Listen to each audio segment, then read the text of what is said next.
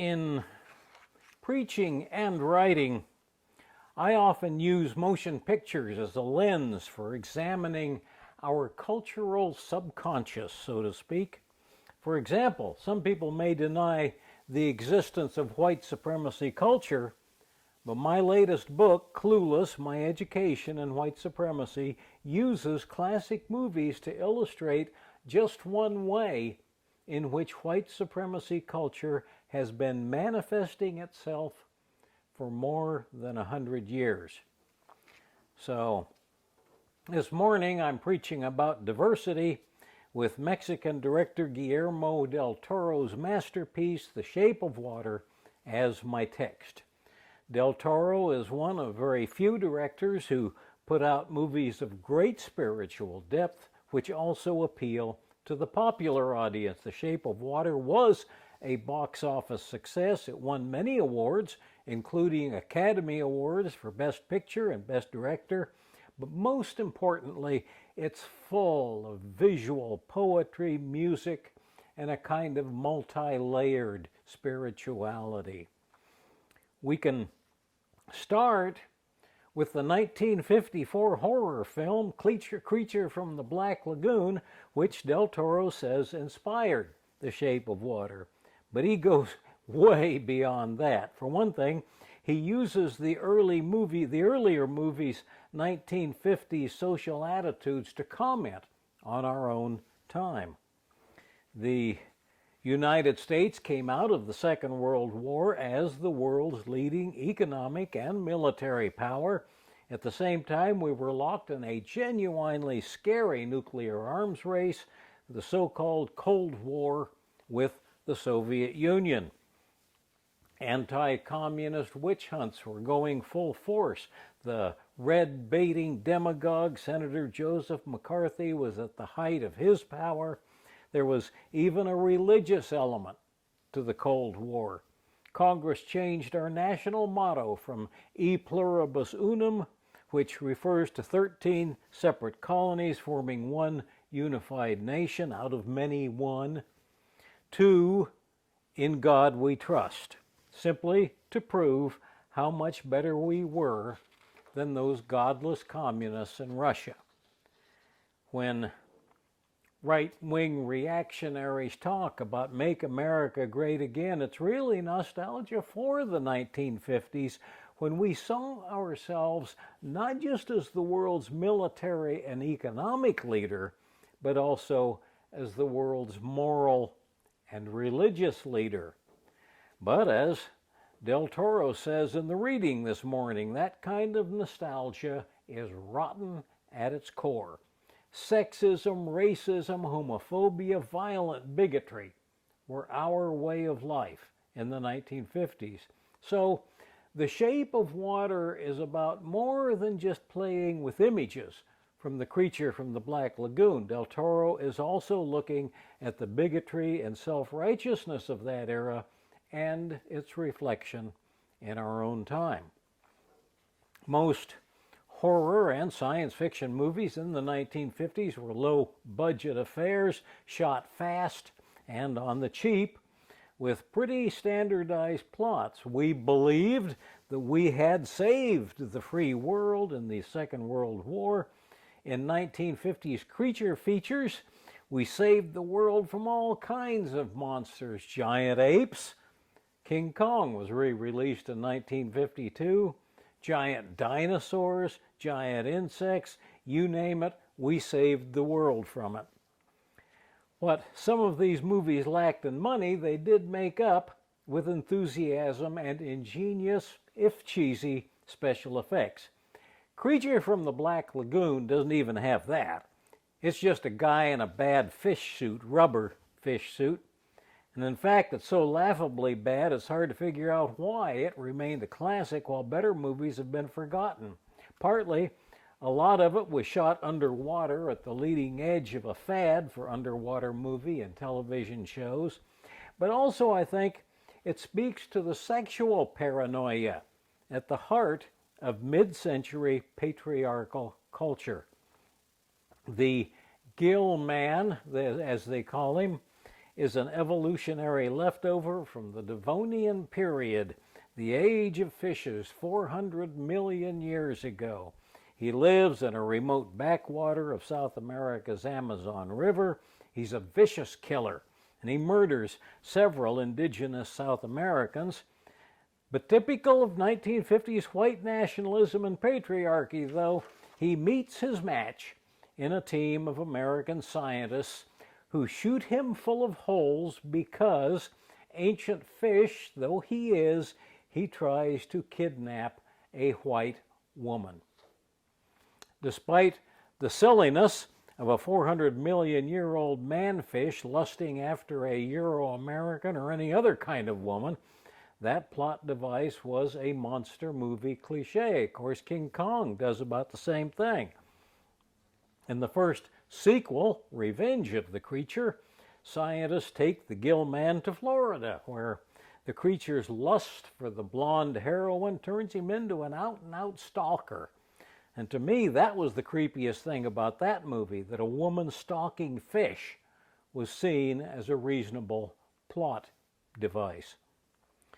In the last sequel, The Creature Walks Among Us, scientists capture him yet again, accidentally burn off all his fishy scales, and then dress him in a rude suit of clothes. And in this movie, at least, the Gill Man stops lusting after the heroine, and he turns into kind of a hero, really.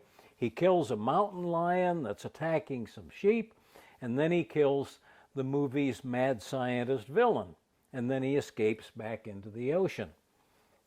Now, to me, the best moment of the third movie is a poetic prediction in the non-inclusive language of that time, quote, "Modern man is limited, earthbound to this planet which he devours, and which eventually will fail to support him." Now, 65 years later, that's pretty much where we're headed. What's scary in this movie, though, is that those words are not spoken by one of the good guys, but by the mad scientist. Sustainability was just crazy talk back in the 1950s. The Shape of Water, Del Toro's movie, uses images from all three movies. Like the Gill Man, Guillermo del Toro's Amphibian Man was captured in South America, but Del Toro takes his character from actual South American folk tales of the Yacaruna, or water man. In indigenous legend, the Yacaruna is a river spirit with magical properties, including the power to heal. But he can also lure careless women and children away, never to be seen again. For what it's worth, the Brazilian-made Netflix series Invisible City is all about such indigenous spirit beings from legend and how industrial culture threatens them. And it's quite good, actually. Anyway, in The Shape of Water, the U.S. Army captures the Amphibian Man and brings him to a secret CIA laboratory. His keeper is the brutal Captain Strickland, who is a Bible-quoting sadist. Strickland mocks indigenous beliefs about Amphibian Man's supernatural powers and tortures him every chance he gets. Amphibian Man fights back, at one point biting off two of Strickland's fingers. The movie's main character, meanwhile, is Eliza Esposito, a janitor at the lab who happens to be mute. She's attracted to the Amphibian Man right from the beginning, and she finds him to be highly intelligent, sensitive, and curious. She teaches him music and sign language and dances for him and feeds him hard-boiled eggs. Of course, water and eggs can be erotic symbols, and The Shape of Water really is quite erotic in a much deeper way than just having a man in a bad rubber fish suit stalk curvaceous blondes in skimpy clothes. Eliza is passionate, smart, and determined. Because she can't speak, she's also kind of a fish out of water, and so are her best friends. Giles is an unemployed, closeted gay artist in 1962, and Zelda, her fellow cleaning lady, is an African American woman. Now, this just begins to scratch the surface of Del Toro's theme weaving. I can't sort it all out in a mere 20 minutes. I can barely start, but I do want to explore one literary allusion that's important to us as Unitarian Universalists. Del Toro draws from a lot of old movies and television shows, ranging from the biblical movie epic The Story of Ruth to musicals to the 1962 television sitcom Dobie Gillis. And each one adds a layer of thematic complexity. But the one that speaks to us is best shown with a couple of still photographs. Bear with me here. I want to show a photo of the Amphibian Man collectible action figure in a standard pose, chained to a raised section of the laboratory floor. Now that visual only lasts a few seconds in the movie before Captain Strickland, who is just horrible, starts torturing the Amphibian Man with a cattle prod. Now, here's a photo from the 1923 silent movie The Hunchback of Notre Dame. The hunchback Quasimodo is chained to a raised pillory, and he's being unjustly punished. The gypsy dancer Esmeralda is giving him water, and he falls hopelessly in love with her. In The Shape of Water, Eliza and the Amphibian Man strike exactly that same pose for about a second. You really have to be watching to catch it. Now, Guillermo del Toro grew up Catholic, and he calls himself non-religious now, but Catholic symbolism still has a lot of meaning for him. French novelist Victor Hugo, who wrote The Hunchback of Notre Dame, was also a freethinker who had grown up Catholic. And Del Toro is riffing off what Victor Hugo had to say about religious hypocrisy, including clergy hypocrisy and clergy sexual misconduct. In The Shape of Water, Eliza Esposito is an orphan. Their last name, Esposito, actually means foundling in Italian. Now there's another detail the Hunchback movies don't mention, but the novel does. Beautiful Esmeralda, the dancer, is also a foundling, to put it as quickly as I can. The parallel between Esmeralda and Eliza is striking, and believe me, it is no accident. Of course, if Eliza parallels Esmeralda, that makes the Amphibian Man analogous to the Hunchback himself, Quasimodo. Amphibian Man's vicious keeper, Captain Strickland, despises him and calls him a monstrosity and an abomination. Quasimodo's keeper, the villain in The Hunchback of Notre Dame, is the priest, Dom Claude Frollo, who gave him his name. Quasimodo is Latin for half-man. Like Captain Strickland, Frollo sees Quasimodo as less than human. At the end of the book, Quasimodo winds up killing the priest Frodo. The Amphibian Man likewise kills his keeper, Strickland. Both Strickland and Frollo are cruel, self-righteous, religious hypocrites. Frodo lusts after Esmeralda. She spurns his advances, so he has her hanged. And that's why Quasimodo kills him. Strickland is no different. On the surface, he's the picture of 1950s-style morality. His wife and children adore him, but secretly he hates his family because they're too noisy. And he lusts after Eliza because she's mute. He wants a woman who will be quiet, especially during sex. But like Esmeralda with Frollo, Eliza turns Strickland down. All Strickland's religious, moral, and all Strickland's religious and moral hypocrisy about being a quote-unquote decent man made in the image of God with American family values are, as Del Toro puts it, rotting from the inside. But Del Toro also makes plain it's not just Strickland, the whole structure of society is rotten, with intolerance, religious self-righteousness, and hypocrisy. The project's commanding general says to Strickland, quote, "Decency is just an American export. We sell it, but we don't use it ourselves." Close quote. That's a scathing critique, and Del Toro makes plain that it's not just about the 1950s, but about present-day Make America Great Again nostalgia.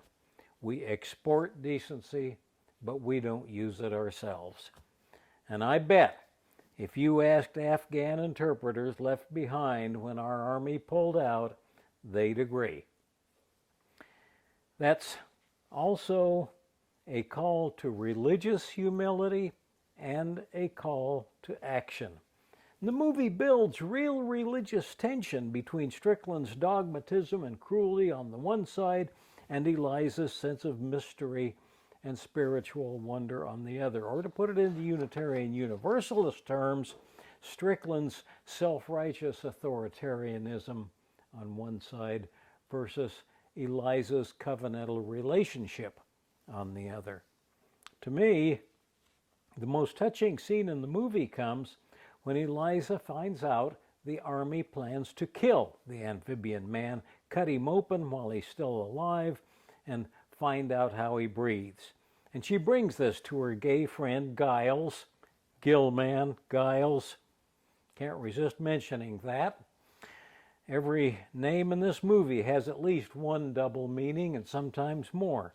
Anyway, she pounds the wall and signs to Giles, "You're not hearing me." And she passionately explains what the amphibian man is, what their relationship really means to her, and that they have to find a way to save him.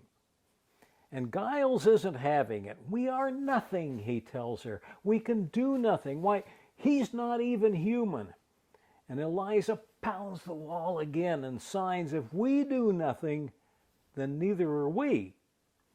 And I never before realized that a person can shout in sign language, but she does. And that scene brought tears to my eyes. Our culture sends many unspoken signals how the marginalized are less than fully human. And if we do nothing to really see and really hear and really listen to and learn from people who are different from ourselves, then we also lose the chance to be fully human ourselves. Even self-professed liberals have made that mistake. I've made it myself at times. As you know, right now, there's a fringe movement within Unitarian Universalism that would have you believe that marginalized identities should have no more standing in our religious tradition than white males such as myself say they should have. What these reactionaries fail to understand, that Guillermo del Toro does understand in his words, is that there is no us and them. There's only us. Of course, the movie villainy of a Captain Strickland is different from a liberal who doesn't want to worry about the difficulties faced by women, gender nonconforming people, different ethnicities, people with different kinds of disabilities. And it's possible for a person to be a combination of privilege and marginalization. Our society is extremely complex, and human beings are complex. And yet for 200 years, despite good intentions, the American Unitarian Association, the Universalist Church in America, and the Unitarian Universalist Association have all been patriarchal white organizations dominated by white men. Only in the 1990s did we elect our first non-white male as UUA president, and the only reason we elected a female president in 2017 is that only women were nominated. 2017, of course, was the year our patriarchy finally blew up. It was revealed by a courageous Latina how blatantly upper-level UUA hiring still favored white men. One alpha male minister in charge of hiring ignored policies and procedures and multiple qualified candidates of color and women to choose a white alpha male minister he liked for a key administrative post, which is exactly the good old boy process that maintains patriarchal white supremacy. And I really can't be too judgmental about that. There are times I've profited by that process myself, and I'm not proud of that. I can't change the past, but I can learn, and I can work to help promote a more just future. This revelation called for real change. Unfortunately, all too many self-proclaimed white liberals still made excuses and blamed not the patriarchal alpha male good old boy hiring process, but the Latina who exposed it. To them, the person who named the problem was the problem. And they're still blaming her, along with steps the UUA has taken to clean up its act on our own white supremacy culture. The Shape of Water movie is a metaphor for how beautiful diversity can be. But diversity also calls us into discomfort, to acknowledge attitudes and subconscious beliefs we may not even realize we have. And I honor what the UUA and individual congregations are trying to do. Real diversity, really seeing, hearing, listening to, and most importantly, learning from people with lives unlike our own. That's a beautiful thing. That work has begun to bloom into a flower of real diversity, justice, equity, and compassion in our association. We have a chance to live the second principle as never before. I don't pretend we're doing it perfectly. Progress never is perfect, but we have the potential to bloom into a marvel of beauty and relationship more than ever before. Reactionary UUs would like to kill this bloom, stomp it into the ground, and go back to the patriarchal days before 2017, maybe even the days Del Toro satirizes in The Shape of Water. But I think this flower only looks fragile. It has withstood 4 years of steady attacks. May it continue to bloom into beauty, and us with it. Amen. May it be so.